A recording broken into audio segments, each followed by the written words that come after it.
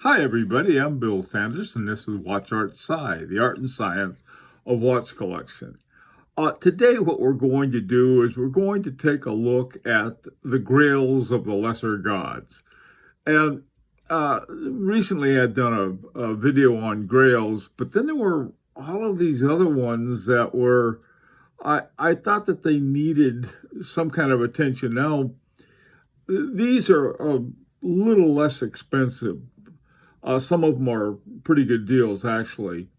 And this set of watches are more of the kind that you're more likely to be able to find a pretty good buy on the secondary markets and on the used markets. So let's take a look at these grails of the lesser gods.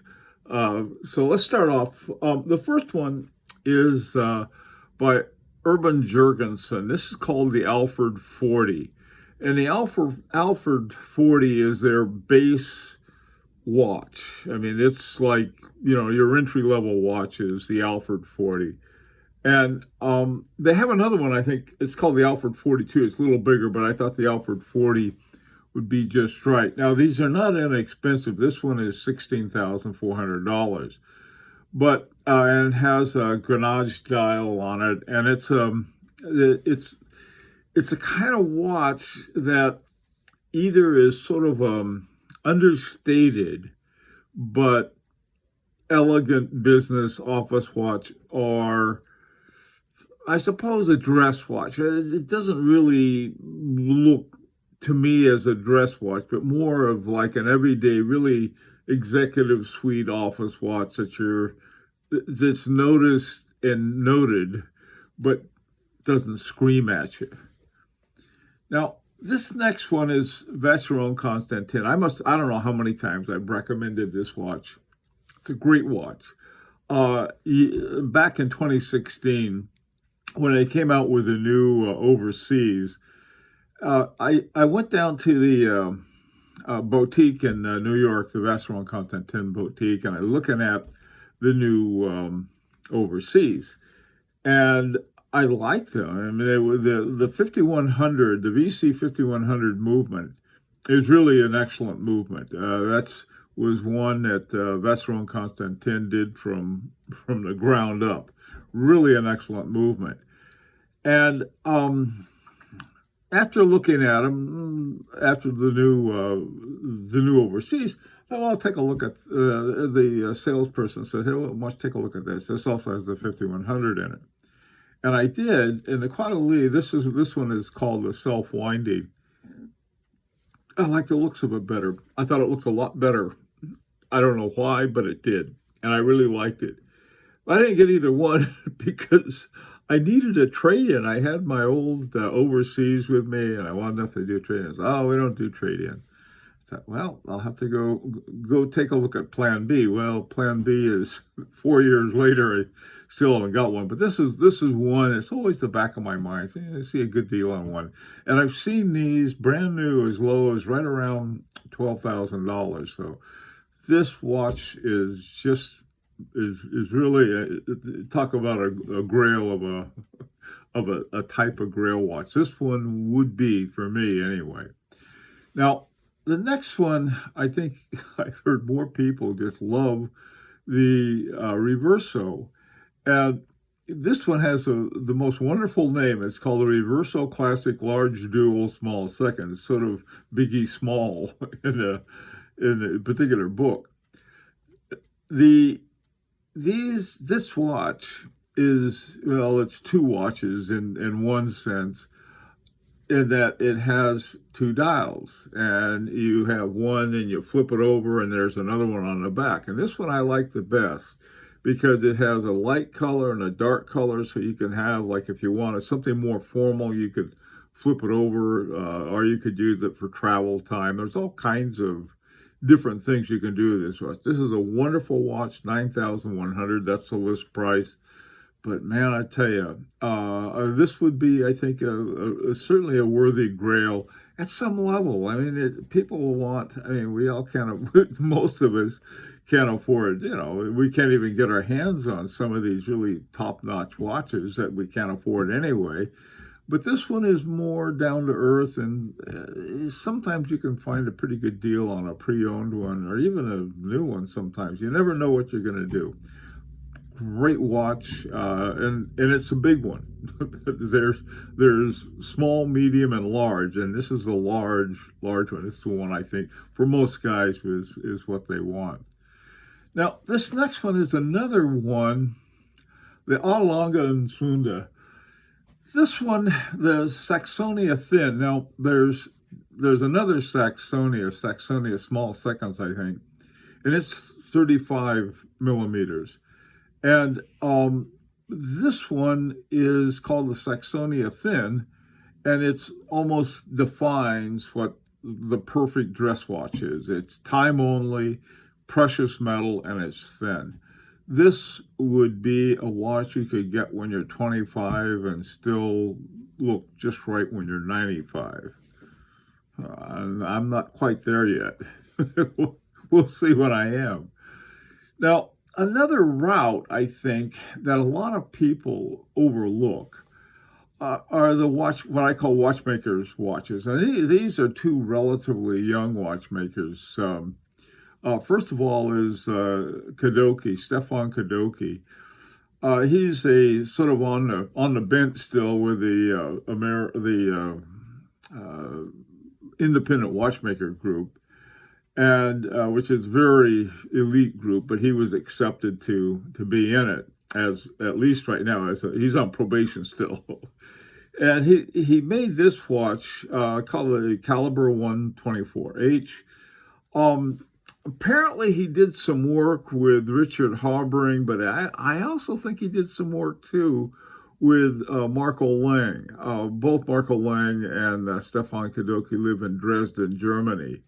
And this particular watch is really a cool one. It's got a night-day thing as well as your regular time. It's a beautiful watch, stainless steel, hand-wound. I think it would be anybody's Grail, because this could be a good office watch, or it could be a good evening watch too. Now the Habring 2 Irwin, I chose that instead of the Felix. The Habring, they've won 4 Grand Prix awards. They didn't win one for this particular watch, but this is a honey of a watch. It's 38.5 millimeters, 4 hertz, stainless steel, and it's got jumping seconds. And for some people, that's very important. I know that doctors use it for taking pulse and so on and so forth. And some people whine, that's what quartz watches do, which is true. But having the mechanism for a mechanical watch to do it is no small trick. This one, I think, would be anybody's sort of a Grail of the lesser gods. This one also, too, in the Felix, I've got a Felix. Love it. Perfect watch. I mean, thing is just a great watch. Now, these next two, in fact, I'm wearing my Breguet. More people have looked at that Breguet 1930, and they say, man, that's a Grail watch. And it's always surprised me because I thought, well, this is sort of unusual. It's got a bow and crown at the top, and it's just different than your standard watch. And maybe that's why some people see it as a Grail watch. The list price is $19,000. They have a newer one that's just a little more expensive, but a little fancier. At one time, these were right around $9,000. New, you could find them new, but then suddenly the price, for whatever reason, the price started creeping up again, and not what it used to be. This watch is a 7-day charge to it, so you wind it up on every Monday morning, and you're good for the whole week. It's a fun watch to have. I really enjoy it. Now, another fun watch, I wouldn't mind having it all, is this new Streamliner Center Seconds from H. Moser. In fact, I think that'd be a lot of fun to have. Again, $19,900. All of these watches, by the way, I tried to find ones that were listed under $20,000. Now, $20,000, $15,000, people say, well, $5,000 is not affordable. Okay, I get it. Not all things are affordable. But boy, I tell you, this Streamliner Center Seconds, it's just a beautiful watch. This is a kind of watch that, to me, it's a do everything watch. You can do it for, I mean, except I wouldn't use it for jogging. Some people might, but since I don't jog, but this is just a nice watch. It's a beautiful watch too. I think it'd be wear it to work, wear it out to dinner. It's sort of one of those, has a lot of variety to it, and it's brand new, and it's a beautiful watch. And the movement, it's automatic, by the way. HMC 200 is the movement in it. Now, there are some other watches that are not quite as expensive nor way up high horology that I still think have a lot of grail value to a lot of people. And these two from Omega, I think would be really likable. First of all, is the Speedmaster Moonwatch Professional Chronograph. This one they call a sapphire sandwich, and that's because there's sapphire glass on the front and the back. And the back of this watch is worth looking at because the movement in it is very close to the original that went to the moon. But the big difference is that you can see it on the sapphire sandwich. Love this watch. This is one that I could easily be tempted to pick up. Now, another Omega is pretty much the same one. It's the Speedmaster Mark II coaxial chronograph because it's a chronograph. I mean, because it's a coaxial, not because of the chronograph. I'm no chronograph expert. I'm not sort of something that I have a lot of. But this one is Calibre 3330 coaxial steel. It's a neat watch. Another one too I really like, if that's sort of not your style, one of the Seamasters with a coaxial. To me, those are certainly grail-worthy watches. Now, this watch I sort of like. I know that Rolex fans don't seem to care much for it, but I think it's a watch that's been overlooked. I really do. I think it's if you're looking for a Rolex, I think this would be a great one. Here's why. There are a lot of reasons. First of all, I like the dial. I know the dial doesn't go with everyone else's, but most Rolexes, you get nothing but those big round dots, a rectangle, and a triangle. This one gets a triangle, but not all of the others. And where this came from, I think, is equally interesting. And that's the dial. There was I think it's an English racer called the Bloodhound Racer. It's basically a jet engine on wheels. And that thing, really goes. And so Rolex made the instruments for it. And somebody had the bright idea saying, hey, why don't we use that same style on our Air King? And they did. And I really like it. And it's really neat. In fact, the Calibre now, 3131. What about it? Same caliber as the Milgauss. And so it has the same kind of anti-magnetic shield that the Milgauss has, plus, but this is $2,000 less on the list. I called our local Rolex AD today, and I wanted to find out what they're charging for these things. Online, they look like the new ones. They've already jacked it up. Not that much, maybe $1,000, maybe $500. It's not that much of a jack up on these. Bunch of extortionists. Anyway, so give them a call. This is what they told me. I said, "Are you getting Rolexes? Do you have any Air Kings?" I said, "Well, you got to come down here." I said, "Well, I don't want to have to come down here if you don't have any," because I was serious. Maybe. But they wouldn't tell me. They wouldn't say whether they had one or not.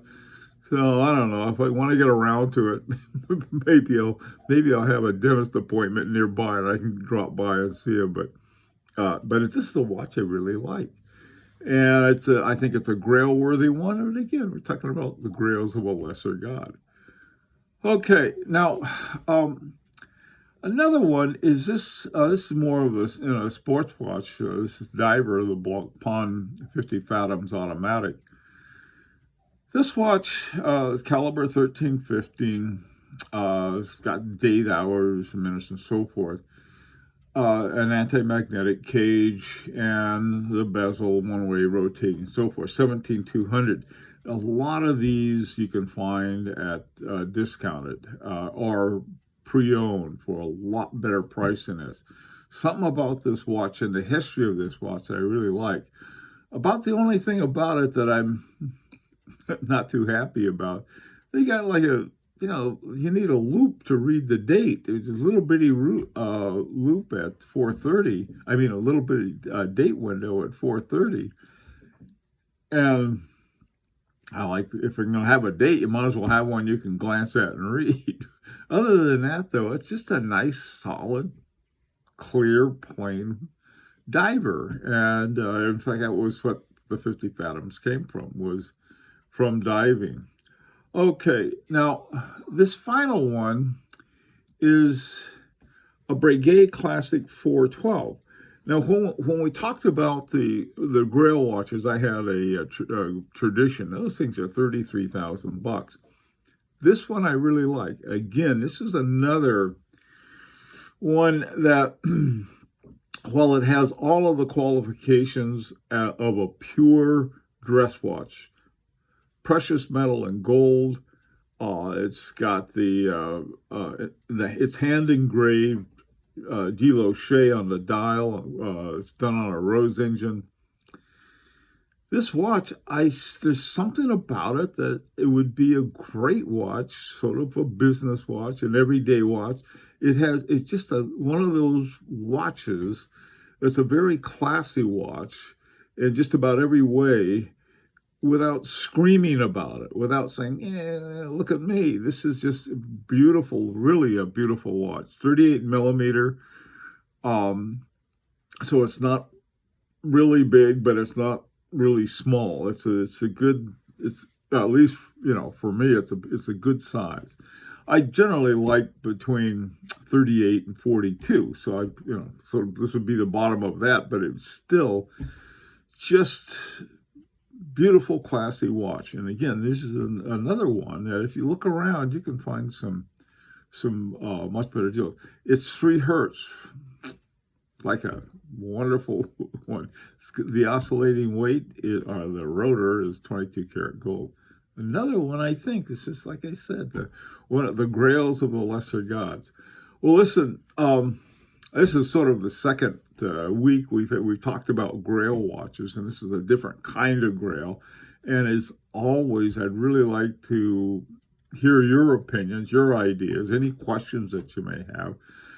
Again, we could use some more collections to review. So if you have a collection, there at the end of this, there's a little video that tells you how to submit your collection and everything. There's no charge for it, but anyway. Okay, so until next time, this is Bill Sanders for Watch Art Sci, the art and science of watch collection. Everybody take care and stay safe.